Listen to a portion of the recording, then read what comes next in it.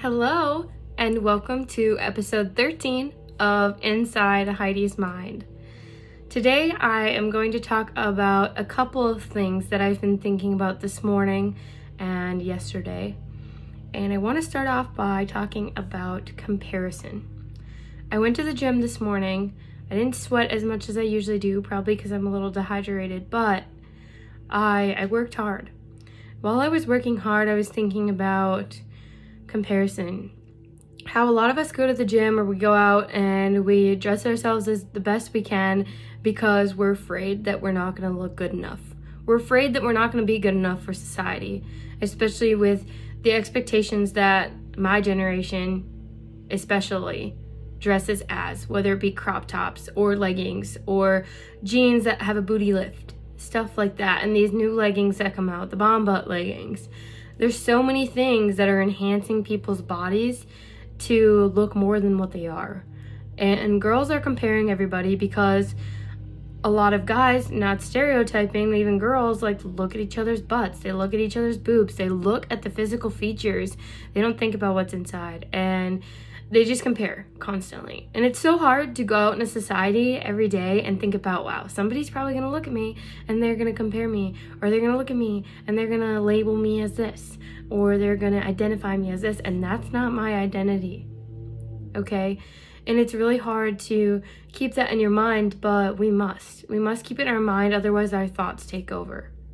Yesterday, I saw a post by someone I'm not going to name because they are a person who has a lot of value in my life, post a picture, and they got a lot of reactions, whether it be comments, likes, hearts, whatever it is, a lot. And I honestly fell into the, wow, why don't I get that many? Or wow, why wasn't I blessed with that? How does it take that person that little amount of work to look that good? And for me, I have to try so hard every day to even lose a pound. And it's not just about weight loss, but being confident in my own skin. I look in the mirror sometimes, absolutely disgusted by what I see, even though it's been years and years of work. I've been self-conscious since I was 13, and it's something I've been trying to work on and trying to pray that God allows me to see myself in the way that He created me to be, and the beauty, and to just be thankful for how I was created and how I can use my body to be confident, whether it be in my clothing or whether it be the person I am today, but to be able to look at myself with confidence. Another example, I was at work and one of the servers, one of the people at the table was like, oh yeah, the server with the nice butt. Like, okay, so I already know you're looking at every server's butt, and that probably happens a lot. And it's not something that you should take personally at all, but I instantly just start comparing myself, start degrading myself, and it's not good. It's not good to let those thoughts inside your head because they take over your life. And it's just important to be aware and be mindful of what you're thinking and somehow try to control that and be like, okay, God, I need your help to look at myself as the person that you created me to be and the beauty that I have. Whether it's my personality or my looks, help me to do my best to be that way. Even throughout relationships, I've never looked at looks. I've been in 8 relationships. I've never once looked at, oh, what does that person look like? How muscular are they? How manly are they? Stuff like that. I don't look at that stuff. I look at their heart. And even right now, as I'm going through some stuff personally, I'm looking at the heart. And another thing that has gotten me really flustered is Instagram models. The girls who have the bikini up their butt or boosting their boobs to show them to all the guys that are vulnerable, or girls who want to look at those things and honestly pleasure themselves. And it's just disgusting to me. I get it if you're confident, but if you're doing it and you add an OnlyFans link, now that that's popular, you're doing it not only to make money, but to pleasure people in the wrong way and to lead them into worldly views. You're leading them into lust. And it's just disgusting.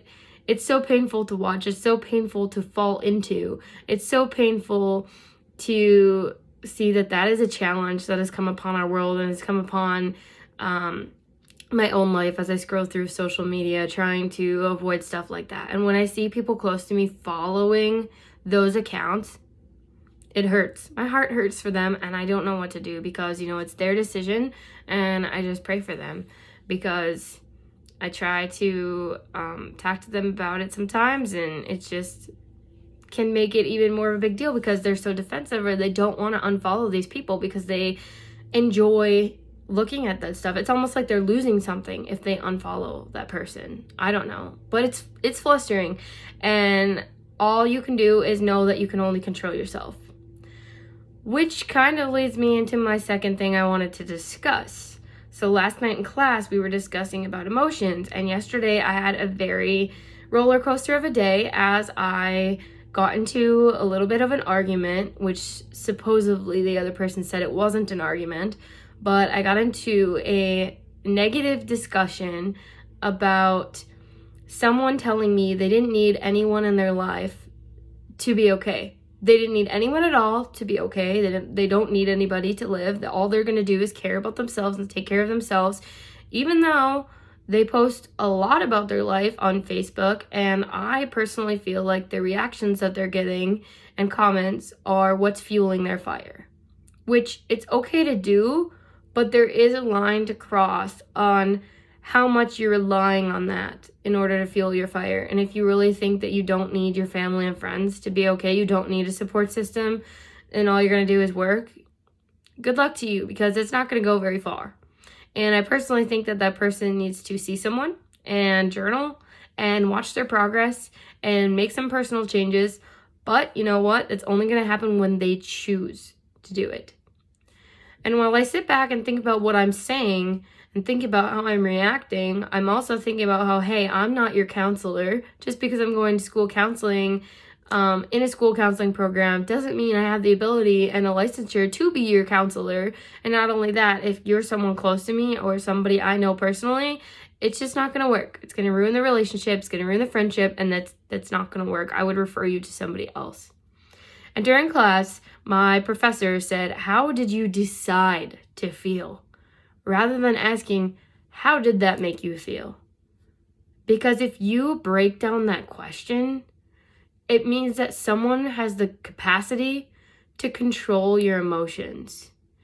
And you do have a right to be there in those emotions, but own up to your own emotions. They're yours.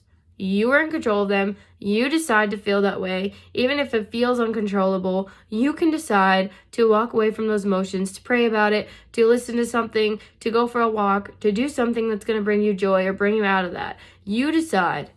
Something makes you sad, obviously that hurts. But you decide to get up and conquer that situation. Obviously, it's not the flip of a switch, but your efforts are going to make things better. No one else can fix your emotions for you. No one else can fix a situation for you. No one else can fix your life because you are the one in control of your own decisions.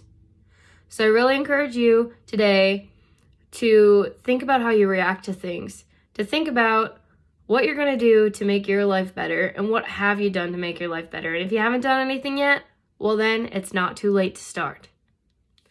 Today is Wednesday, April 22nd. No, Thursday, April 22nd, 2021.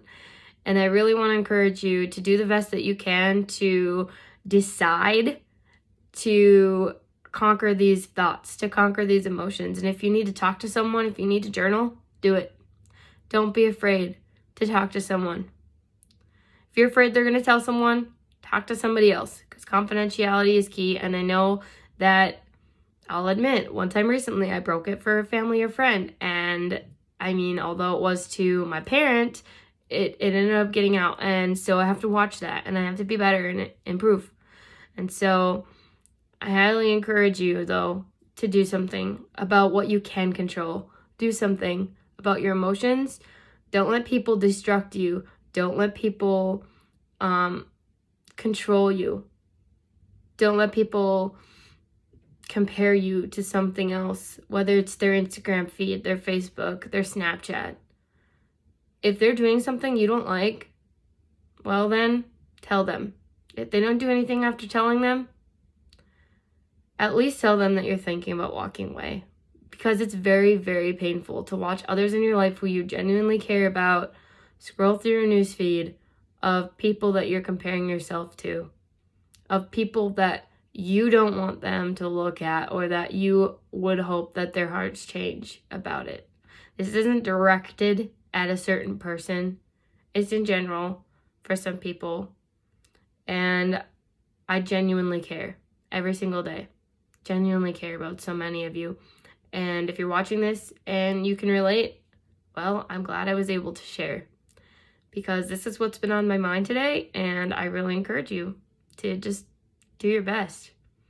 I know I'm doing my best, and it's a work in progress. The semester is almost over. There's only 2 weeks left. This is vlog number 13, but I am going to continue this, at least try to, throughout the summer and into next semester.